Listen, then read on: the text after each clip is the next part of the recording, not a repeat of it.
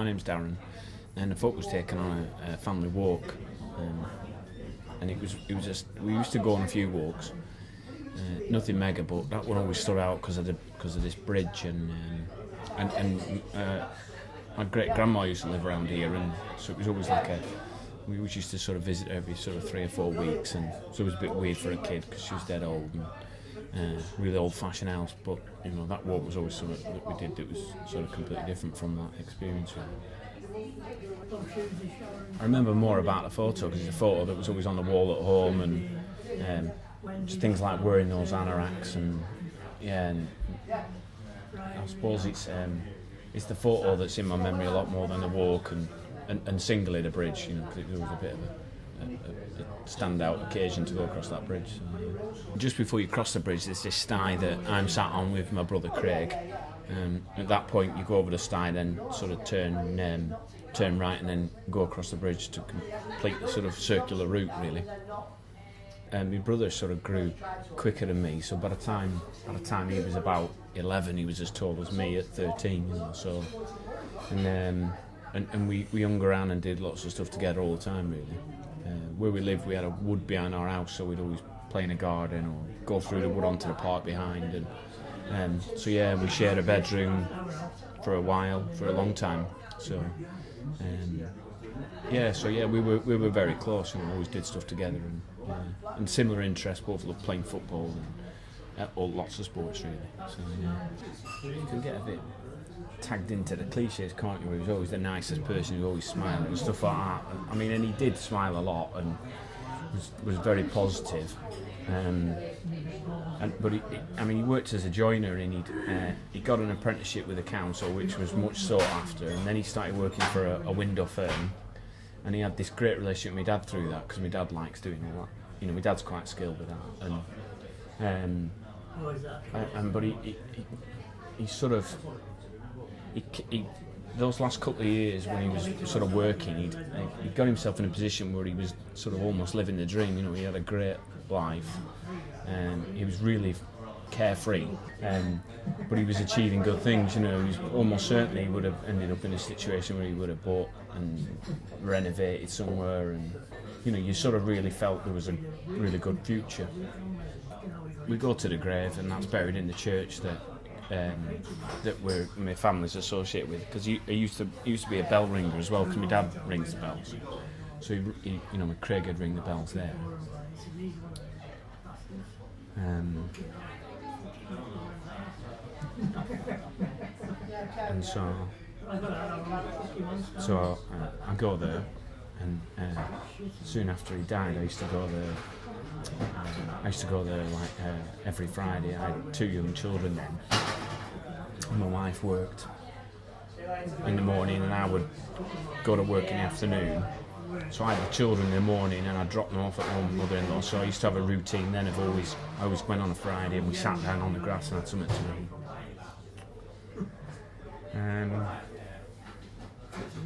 But now, and it's the saddest thing, I look back on that time bit and think, you know, he was still quite close then, you know, but you do move on, and in a way you don't want to, you know, because I think about him now on odd occasions. There might be a song that I associate with him, but certainly his birthday, that's the 4th of April. There's always a text message too I'll send to mum and dad, and then he's in my thoughts that day. And then the 29th of April, that was the day he died. So I remember talking to people at work after he died, you know, who didn't know him, and you know, a guy saying to me, you know, it made it feel better to talk about it. And until he asked me that, I didn't really realise that it did, you know. But it is nice to talk to him, to talk to them about him. But it's bittersweet. And I found it the most sort of, I found the most sort of healing in just talking to somebody who never met him, actually. You know, rather than, you know, it is nice when you just talk about stuff, and you know, I'll talk about him with my wife. You know, she knew him well, and you know, we can talk a bit, but I suppose it's, yeah, And when I've moved jobs, I've always found it sort of this thing that I'm hiding, that I want somebody to broach the subject. I want them to know. It's like I want them to know that, I had a brother, but he's died now, and they can say, oh, I'm sorry, and I say, yeah, well, blah, blah, blah, and that's it. But, it's important to me that, I don't know why it is, it's just important that people know that, I had a brother, but he's died, and yeah, but maybe it'll come less and less.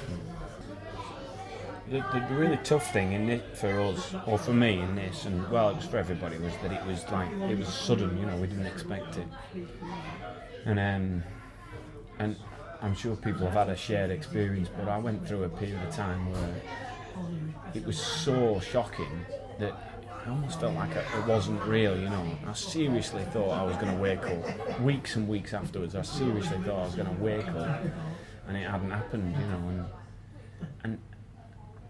And it's funny how people talk about those stages of grief, because I had that, I did have a bitter stage where I knew that one of my good friends has a couple of brothers and they don't get on and they've all gone their ways, and I thought, he's got two brothers, and I've only got one, and we were really close, so I went through that, and I went through, and it felt as well like when the last time I saw him, he came round to the house.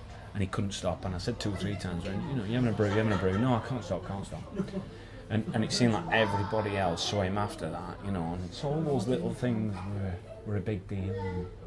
And, I think you just, I do expect, my parents are going to die at some point, and you don't expect your children to, and they struggle with that, and I didn't expect my brother to, and you just sort of bank on it, my parents are still here, and I don't expect them to die soon, but that could happen. I know for you that happened a lot sooner than you'd expect, and it's that, isn't it? It's that sort of, he was super reliable and sort of emotionally, and, he called him, like we used to, me and my wife, we moved about 2 miles away, bought a little flat, downstairs flat with a garden, and he used to be our sort of regular stay over. He used to come and he'd come have a few beers and sleep the night.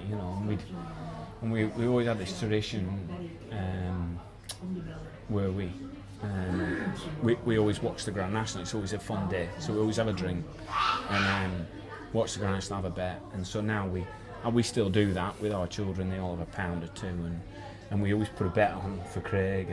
But that was a day that he'd come round to our house, and we just, because we were married and starting a family, but he was still very much a contemporary of his, and so I think you're sort of clinging to a hope that it isn't real, but I'd love to, if I could write a book, I'd love to write a fictional story about somebody who almost becomes in another world, completely different.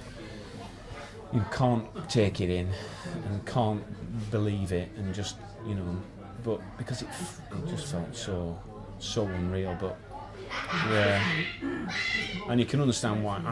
I know somebody who's, I work with somebody who, the brother had died, and one of their other brothers committed suicide, because of the grief, and I totally understand that. The pain the grief was so much. I just thought, you could just get rid of it. But it never stayed in my mind more than a millisecond, because I had a family myself, and you can see the grief that everyone is already struggling with. But God, it felt an easy option. Yeah. And I got frustrated with how close we are as human beings, and I just thought, it's so rotten that we are so close, but we have to deal with this parting. I just thought it was wrong. I just thought, not fuck you, Mother Nature, But yeah.